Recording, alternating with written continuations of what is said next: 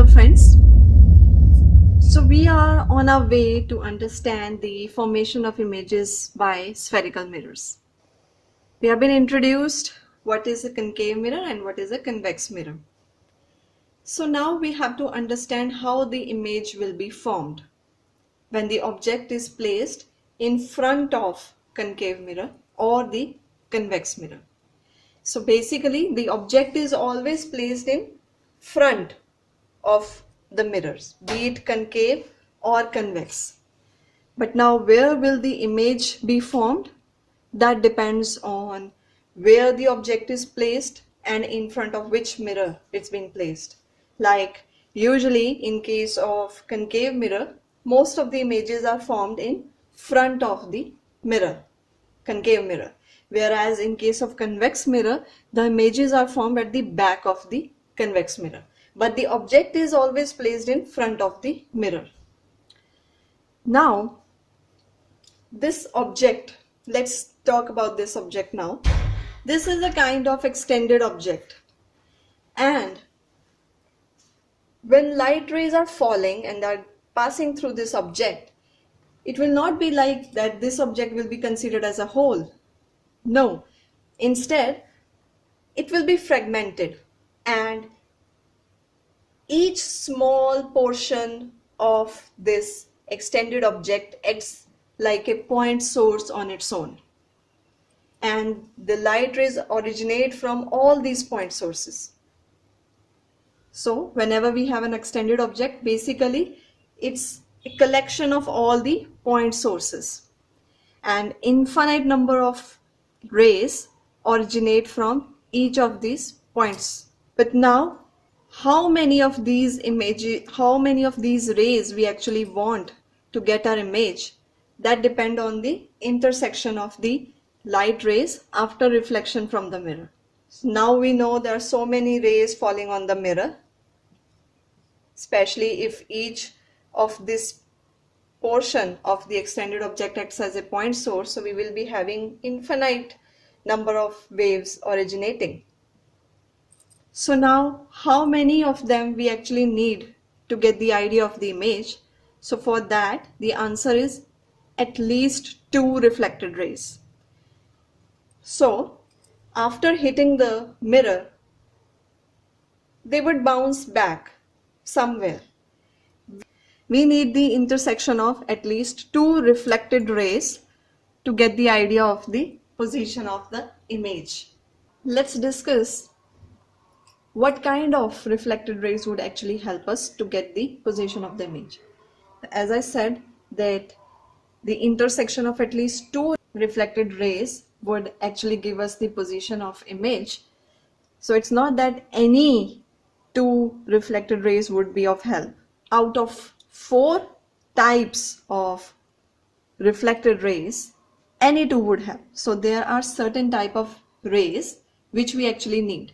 It's not that any type of reflected ray and the intersection of any of the 2 rays would give us the idea of the image. No, there are 4 types of reflected rays, and the intersection of any 2 of those 4 rays would be considered to locate the image. So the first one is, I have shown the depiction of both the mirror. So here we have the concave mirror. This is our principal axis. This is the pole, center of curvature, and the focus. So now this is our incident ray.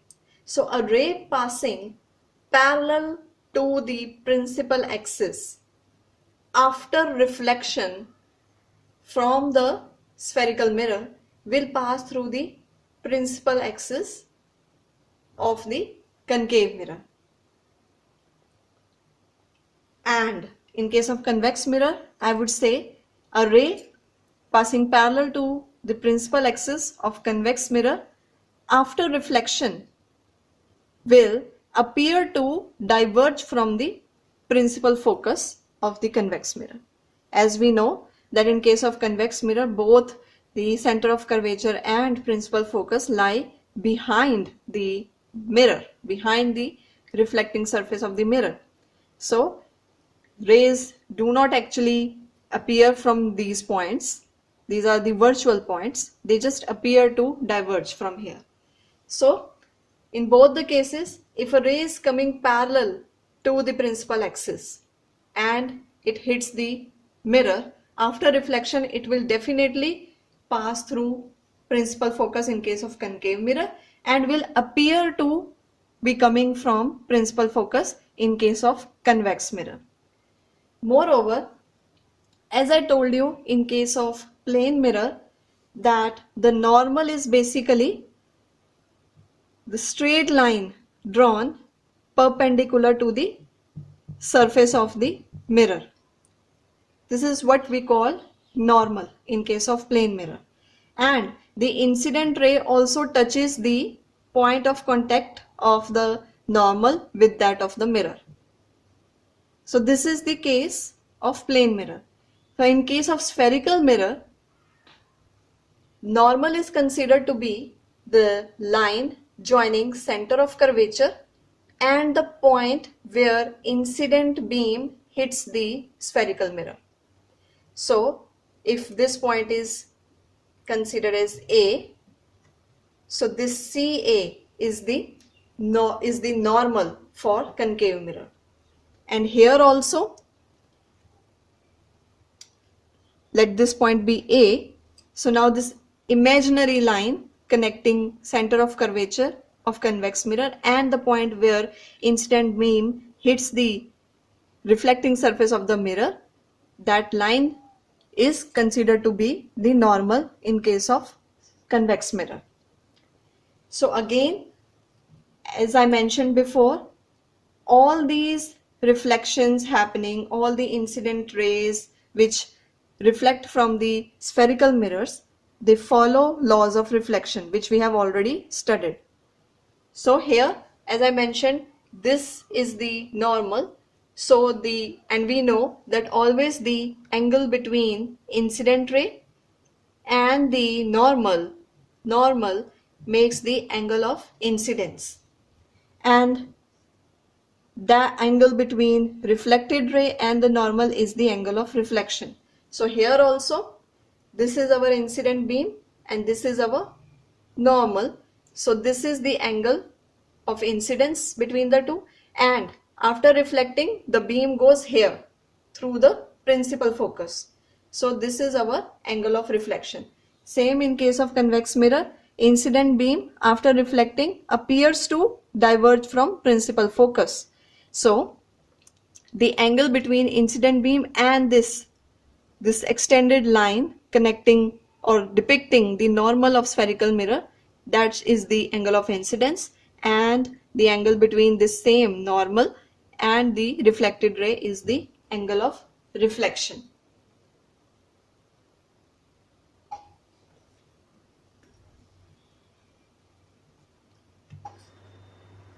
So this was the first kind of ray. Now the second type of ray which can be of help for us. So now the second case is, now for the second case, this type of reflected ray is totally opposite to that of the first case.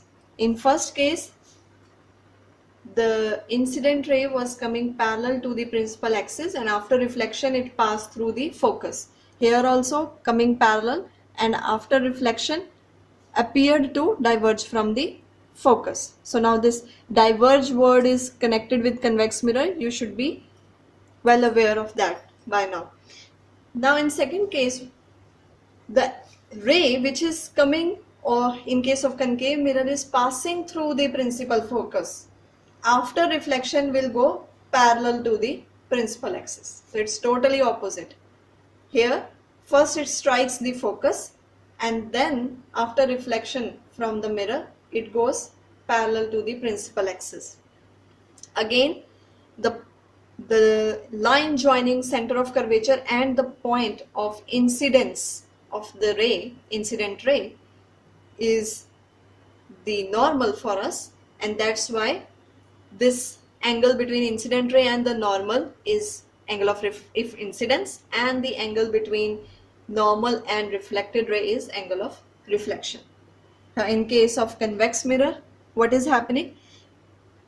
The ray is directed towards the principal focus of convex mirror. Since we know that the principal focus of convex mirror lies behind the mirror, so we know its position, and the incident ray which is trying to hit the mirror, that would appear as if it is going directly for the principal focus, but it will not go and directly hit the principal focus. Instead, it will hit this point only, point A, which is in line with the principal focus, but after hitting it will go parallel to the principal axis. So in both the cases the things go side by side, they are similar.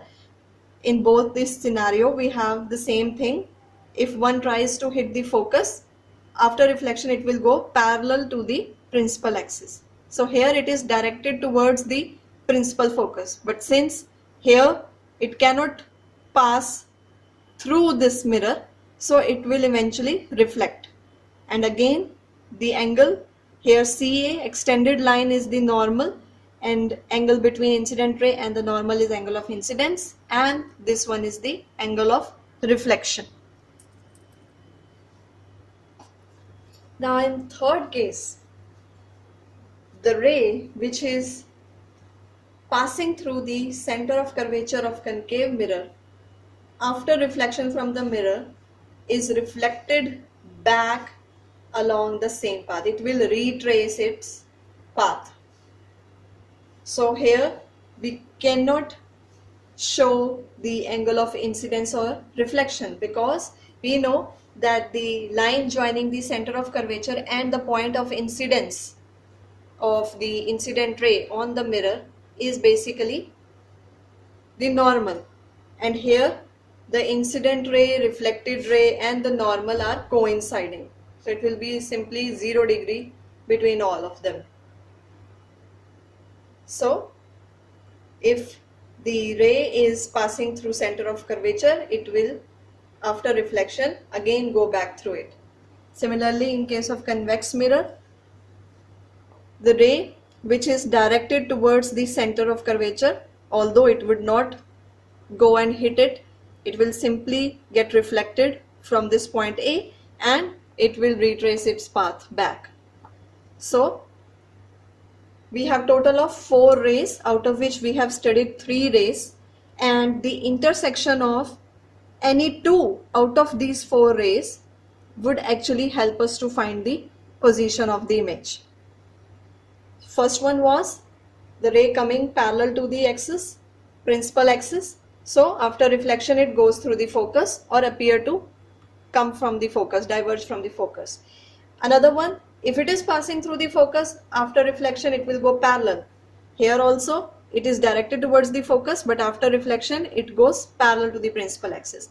And third kind of rays, which when passes through center of curvature or is directed towards the center of curvature, it simply retraces its path. So now the fourth kind of reflected ray is the ray which is incident directly on the pole of the mirror. So here the incident ray is hitting the pole, and definitely pole lies on the spherical mirror, so it will reflect from this point itself.